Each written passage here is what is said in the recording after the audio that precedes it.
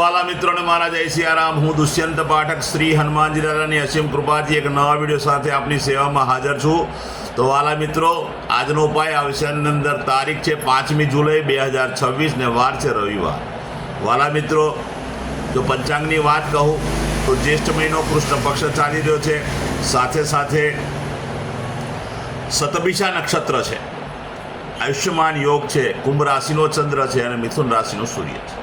અશુભ સમયની જો વાત કરું તો યમઘંટ બપોરે 12:32 થી 2:13 સુધી છે અને રાહુકાળ સાંજે 5:35 થી 7:16 સુધી છે। આ બંને અશુભ સમય કહેવાય। અશુભ સમયની અંદર કોઈ પણ પ્રકારનું શુભ કાર્ય અને શુભ યાત્રા ના થાય। શુભ કાર્ય અને શુભ યાત્રા કરવા માટે કોઈ સારું ચોગડિયું, કોઈ સારું મુહૂર્ત લેવાનું, જેમાં ઉત્તમ અભિજીત મુહૂર્તનો સમય બપોરે 12:05 થી 12:58 સુધી છે।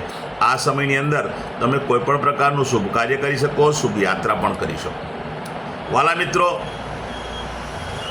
હવે વાત કરીશું આજના ઉપાયની। તો આજના ઉપાયની અંદર વહેલી સવારે સ્નાન કરવા બેસવાનું। નાવા બેસો ત્યારે નાવાના પાણીની અંદર 3 ચમચી હળદર પધરાવવાની, હળદરને પાણીમાં મિક્સ કરવાની, તે જ પાણીથી નાહવાનું। નવું પાણી ઉમેરી શકાય, સાબુ શેમ્પૂનો ઉપયોગ કરી શકાય। સ્નાન થઈ ગયા પછી કપડાં પહેરી લો, ત્યાર પછી તમારે કપાળની અંદર લાલ કંકુનું તિલક કરવાનું છે, લાલ કંકુનું તિલક। અને બીજું એક કામ એ કરવાનું છે કે તમારી આ જે રિંગ ફિંગર છે 3જા નંબરની, આ જગ્યા પર ઘી ચોખ્ખું લગાડીને આ રીતે આ જ આંગળીથી ઘસવાનું છે। ત્રીજી આંગળીએ ઘી લગાડવાનું છે નીચે આ પહાડ ઉપર અને આ પ્રમાણે ઘસવાનું। બસ આટલું કાર્ય છે। ત્યાર પછી સીધું સંધ્યા કાળે પશ્ચિમ દિશા તરફનું મુખ રાખવાનું શ્રી હનુમાનજી દાદાને, કાગભૂષણની રામાયણજીનો પાઠ અને સાથે સાથે હનુમાન ચાલીસાનો પાઠ, બંને પાઠ દાદાને અર્પણ કરવાના। રાત્રે સૂતા પહેલાં પોતાની જ પથારીમાં બેસવાનું, પલાઠી વાળવાની। ઓમ કૃષ્ણાય વાસુદેવાય હરે પરમાત્મને પ્रणत ક્લેશનાશાય ગોવિંદાય નમઃ આ મંત્ર યથાશક્તિ જપશો એટલે તમારો આજનો ઉપાય પરિપૂર્ણ ગણાશે। વાલા મિત્રો, જે મારા વાલા મિત્રનો જન્મદિવસ 5મી જુલાઈ 2026 રવિવારના દિવસે છે, તે બધા જ વાલા મિત્રોને સૌપ્રથમ તો જન્મદિવસની શુભકામના। વાલા મિત્રો, શ્રી હનુમાનજી દાદા તમારી મનોકામના પૂર્ણ કરે, બલબુદ્ધિ વિદ્યા આપે અને તમારું અને તમારા પરિવારનું રક્ષણ કરે। ઉપાયના ભાગરૂપે મેં કહ્યું તે પ્રમાણે કંકુનું તિલક કરવાનું છે કપાળમાં અને ઘીનું તિલક કરવાનું છે આ સૂર્યના પહાડ ઉપર। આ 2 કામ કરી લો। ત્યાર પછી ઉપાયના ભાગરૂપે બીજી એક વાત એ છે કે એટલું કર્યા પછી ગૌશાળાએ જજો। ગૌશાળાએ ગૌની પરિક્રમા કરજો। ગાયોની પરિક્રમા ઉત્તમ છે, તો ગાયની પરિક્રમા કરજો। ગાયોને લીલું ઘાસનું દાન આપજો।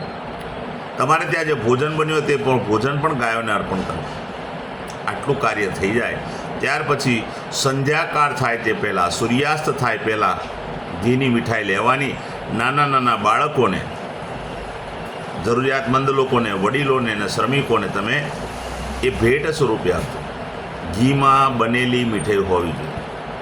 અને કદાચ તમારી પાસે મીઠાઈ ન હોય તો ઘરના મંદિરની અંદર તમે ઘીનો દીપક કરી દેશો, ઘીનો દીવો કરી દેશો તો પણ ઉત્તમ પરિણામ પ્રાપ્ત થશે।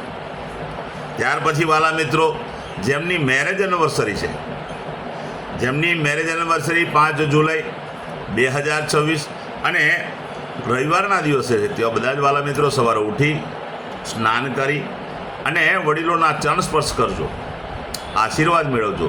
ત્યાર પછી ગૌશાળાએ જજો। ગાયોને લીલું ઘાસનું દાન આપજો। ગાયોની પરિક્રમા કરજો, ગાયોના આશીર્વાદ લેજો, ગાયોની સેવા કરજો। તમારે ત્યાં જે ભોજન બન્યું તે ભોજન પણ ગાયોને અર્પણ કરજો। ત્યાર પછી તમારા કોઈ પણ વડીલ હોય, માતા હોય, પિતા હોય, એમને વસ્ત્રનું દાન કરજો, ઉત્તમ પરિણામ પ્રાપ્ત થશે।